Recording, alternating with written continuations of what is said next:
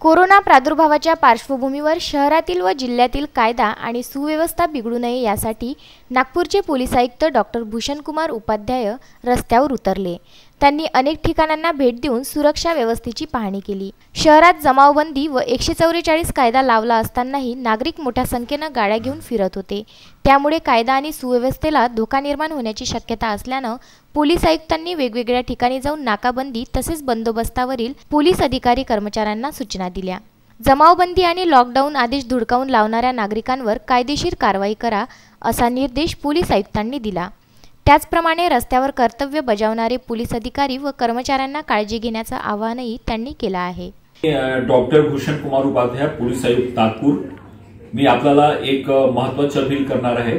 आपल्याला माहित आहे की महाराष्ट्र राज्यामध्ये शासनाने जवळजवळ संचारबंदी लागू केलेली आहे। त्यामुळे मी सगळ्यांना विनंती करतो की अनावश्यकरित्या कोणीही आपल्या घराच्या बाहेर पडू नये। जर कोणी घराच्या बाहेर पडलं तर त्याच्यावर कारवाई होऊ शकतो। तसेच कोणीही प्रायव्हेट व्हेकल नागपूर शहरामध्ये रोडवर चालणार नाही।